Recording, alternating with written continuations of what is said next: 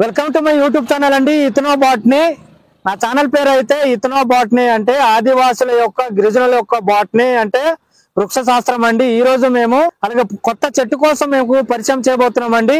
ఆ చెట్టు పేరు తురాయి చెట్టు అంటారు. సో సైంటిఫిక్ నేము డెలోనిక్స్ రెజియా అంటారు. ఇది ఏ ఫేమిలీ అంటే ఏ జాతి అంటే పాబేసికి ఇచ్చామండి, పాబేసి కుటుంబము. సో మేమిద్దరం ఇదిగోండి మా క్రాంతితో ఉన్నాము. ఈ పువ్వులు ఏ విధంగా మన ఆదివాసులు గాని ఇతర వాళ్ళకి గాని ఏ విధంగా ఉపయోగపడుతుందో మీకు పరిచయం చేయబోతున్నామండి. రండి. చెట్టు ఎలా ఉంది? చాలా ఎర్రగా ఉంది, చాలా బాగుంది, చాలా ముద్దుగా ఉంది. ఎస్, ఇంకా చూసారు కదండి మా క్రాంతి ఎలా ఉందంటే చాలా సూపర్ గా ఎర్రగా ఉంది అన్నారు. వీటి ఉపయోగాలు తెలుసుకుంటారా? క్రాంతి వెళ్దాం, ఒకసారి చెట్టు చూద్దాం, పరిచయం చేద్దాం మన వాళ్ళకి. ఇదిగోండి. సో ఈ చెట్టు పేరు అయితే మీకు చెప్పామండి, తురాయి చెట్టు అంటారు. డెలానోక్స్ రెజియా పాబేసి కుటుంబం చెందిన మొక్క అండి, చెట్టు అండి. ఈ చెట్టు ఉపయోగాలు చెప్తామండి. ఇప్పుడు చెట్టు మా క్రాంతి ఉన్నాడు, ఎక్కుతాడండి. సో ఎక్కి అవి సో ఫ్లవర్ ఉన్నాయి కదా మా పువ్వులు, ఇప్పుడు తెంపి మా దగ్గర తీసుకొస్తాడండి. తీసుకొస్తే మీకు మంచి ఆట మీకు చూపించబోతున్నామండి. ఒకసారి ఎక్కువ క్రాంతి. చూసారు కదండి, చెట్టు ఎక్కడం కూడా చాలా స్కిల్ ఉండాలండి. చూసారు కదా ఎక్కుతున్నాడు మా క్రాంతి బాబు. సో చక్కగా ఆ పువ్వులు తెంపి తీసుకొచ్చినప్పుడు మేము ఒక ఆడి చూపిస్తామండి.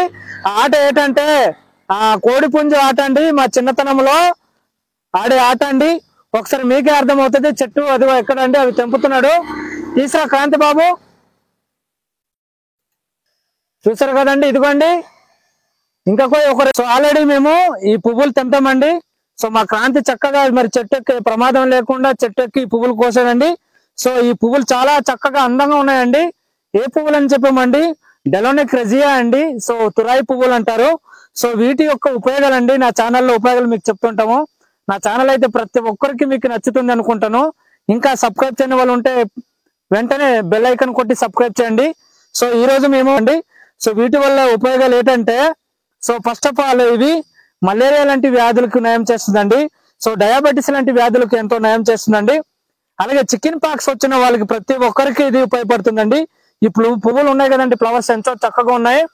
సో ఈ పువ్వులు మనం డ్రై చేసి నీట్గా మనము కొబ్బరి నూనెతో రాసినట్లయితే చికెన్ పాక్స్ అలాగే సమ్మర్ లో దుద్దరలు లాంటివి వచ్చినప్పుడు ఇమ్మీడియట్ గా పోతాయండి. మరి కోకోనట్ ఆయిల్ లో కలిపి ఇవి రాస్తే శుభ్రంగా పోతుందండి. సో అట్లనే మరి ఇవి ఎక్కువగా రోడ్డు పక్కనే వేస్తారండి ఈ మొక్కలు. ఎందుకంటే రోడ్డు పక్కనే వేస్తారంటే మరి ఉపయోగాలు చెప్పాము కదండి. సో ఆరోగ్యానికే కాకుండా వడదెబ్బ నుంచి మరి ఎంతో నీడనిస్తుంటాయండి ఈ మొక్కలు. సరే చూసా, ఇటుకల పండుగ సందర్భంలో మరి ఎంతో చక్కగా డెకరేట్ చేసుకోవడానికి ఉపయోగిస్తుంటారండి. ఈ మొక్కలు నీడనిస్తాయి. మరి ఈ పువ్వులు మరి మెడిసిన్ పరంగా ఎంతో ఉపయోగపడుతుంది, ఆయుర్వేదిక పరంగా ఎంతో ఉపయోగపడుతుంది. సో నీడనిస్తానండి, నీడనిస్తుంటాయండి.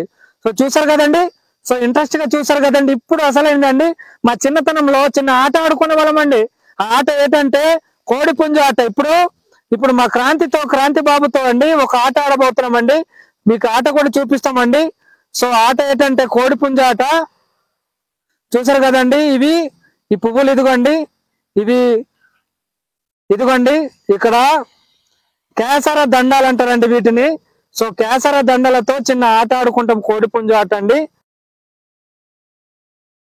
ఒకటి నేనండి, ఎవరు గెలుస్తారో చూడాలి. నేనే గెలిచానండి. ఎంతో చక్కగా నేనే విన్ అయిపోయానండి. మా క్రాంతి ఓడిపోయాడు. ఇలా చిన్నతనంలో ఎంతో చక్కగా వీటి కేసర దండలతో ఒక ఆట ఆడుకునే వాళ్ళండి. చూసారు కదండి నా ఛానల్ మరి ఎంతో చక్కగా ఉందండి. ముందు మంచి వీడియోలతో వస్తామండి. నేను మీ లచ్చన ధర. థ్యాంక్ యూ, ధన్యవాదాలు.